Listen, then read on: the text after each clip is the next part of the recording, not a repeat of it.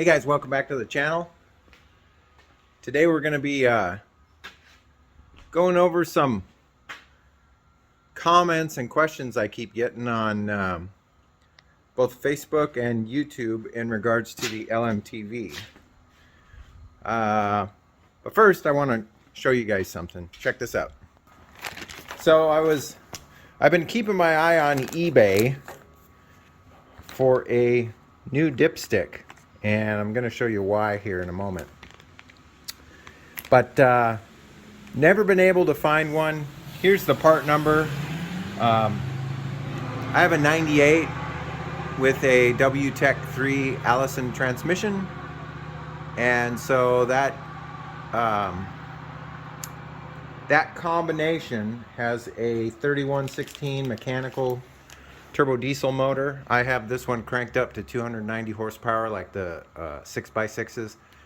If you're new to the channel and you want to know how I did all that, check out the playlist for this build series. I get a lot of comments and questions in the videos about how did you do that or how did you do this. I have covered everything on this truck. I mean, we're almost up to 200 episodes now on this expeditionary truck build series. And it's kind of crazy to think about it, that I've had this truck now for almost 5 years. And it's been an awesome investment. Anyhow, getting back to what I was originally saying. So yeah, my dipstick is pretty shot, and I'll show you what I mean by that here in a moment. We're also going to go over a couple of things, a couple of questions you guys keep having of some of the items that are in the cab. I'll hit those. If you're new to the channel, as always, I leave links in the description for every video I do. If you're not on the ball and you haven't rung the bell to subscribe to my videos and see them right away, a lot of times the quantity or the items have been sold out. It's very common for that to happen on my channel when I post stuff, since the stuff is becoming rarer and rarer by the day.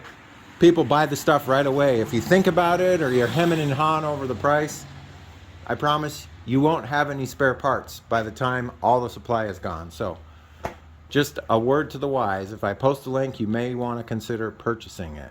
Anyhow, let's get back to this whole dipstick thing. I'm going to pull the original dipstick that has been on the truck since it was built in '98, and I'll show you why I bought a new one. Okay, so if you guys want to know why I purchased a new dipstick, here's your reason right here. The all of the ribs have worn out, and there's a cut in the rubber part of this dipstick. Now I know what a lot of you are going to say, that it's weird that I am replacing this dipstick, because normally I would just figure out a way to fix that. Well, I haven't. I don't know where to purchase this washer. It's very unique. And I've tried a bunch of different things, like putting O-rings on it and stacking washers underneath it, and none of that stuff works. So I was just like, whatever. I went on the Caterpillar website. It created a business account and purchased this dipstick. I think it was like 80 bucks shipped or something like that. But anyhow, this one's got brand new fresh ribs on it, and it should work just fine. So we're going to install this on the truck. Alternatively, if you're looking for the part number on something, a lot of the Cat stuff has a part number embedded in it somewhere, just like this old dipstick does, strangely enough. So yeah, there you go. What am I going to do with the old dipstick? You know what? I just sent a bunch of metal to scrap, old parts and stuff like that, and I think that's probably where that one's going to end up as well. So we'll get this new one put on there, and then I want to show you some things in the cab, and then we'll talk about what's coming up next. So another thing I wanted to talk to you guys about is servicing these trucks. So last weekend, I didn't make a video about it because it was pouring out and it wouldn't have been exciting to watch any of that, but I want to give you guys some feedback. I did a fuel filter change, an oil change, and the air dryer canister desiccant cartridge change.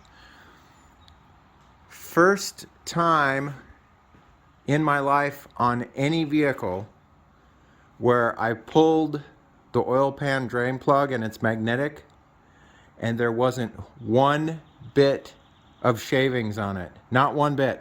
Not a flake, not a speck, not a grain, nothing. And that oil had 7,500 miles on it. And it was, you know, it was dark because it's diesel. But yeah, I was totally impressed by that. There's a lot of people who are ignorant or misinformed about these trucks that float around on Facebook and YouTube and fill up the comment section with scare tactics. I don't know why they do that. But from my personal anecdotal point of view, these trucks are a awesome platform for setting up and running around just like we do. I mean, this thing weighs 12 tons and it doesn't care. You add more weight to it and it wants more. So my opinion differs greatly from somebody else who doesn't own one of these and has no experience, or is just reading all of the internet myths that are out there. 5 years, almost 5 years now, this truck has been fantastic. So enough on that. I did get the service done. This truck now currently has about 38,200 miles on it, I think. And the only big problem we ever had was we were heading out for a 4th of July weekend. We were about 40 miles from home, and the water pump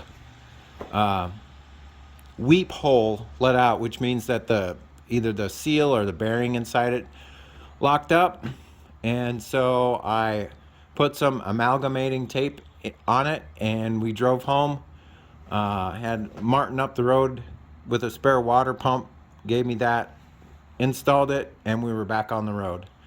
It hasn't been a problem since. So I just don't understand why people want to put down an awesome platform like this. However, let's go in the cab here. I'm going to answer some of your guys' questions about some of the stuff that's going on in there. Okay. Let me zoom out a bit here. There we go. Okay. The main thing you guys keep asking about is the steering wheel.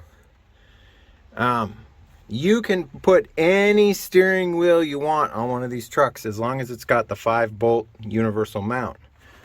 The way to do that is to get this hub adapter right here. I will leave a link in the description if I can still find them. It's made for a Freightliner and the splines match up perfect. So once you have that adapter, the world is your palette. You can choose whatever you want to put on here. I chose an 18-inch, just a very basic aluminum trucker's wheel, and then I put this cat grip on it, which was kind of a freebie from something I ordered on eBay or Amazon. I can't remember. I can leave links in the description for all of that. But yeah, you keep asking about the steering wheel. That's what it is. It's just a hub adapter, and you can use whatever you want on it.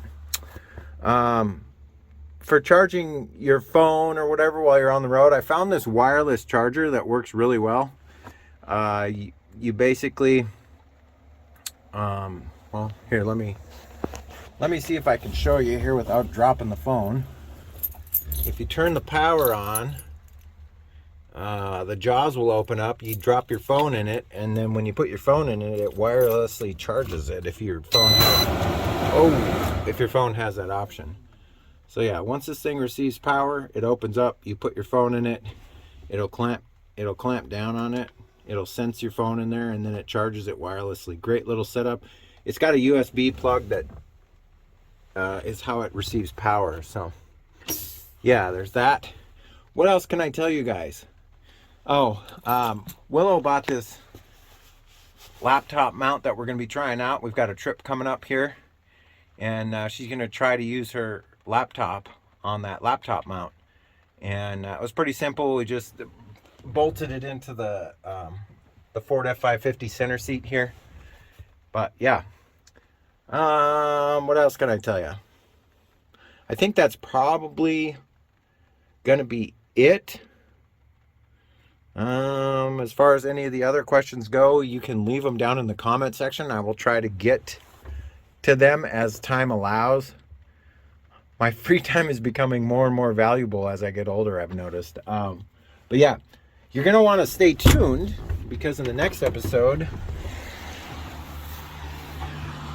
we might be doing something about this. This design has worked well for us, but I want to change it out just a little bit and do a little bit of an improvement and a cleanup there. So in the next episode, I think we're going to tackle that. But other than that, if you're not subscribed yet, I'd love to have you as a subscriber.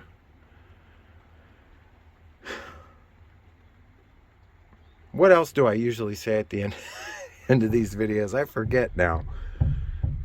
But other than that, I hope you guys are staying safe, taking care of each other, and as always, I will catch you next time. See you later. Bye-bye.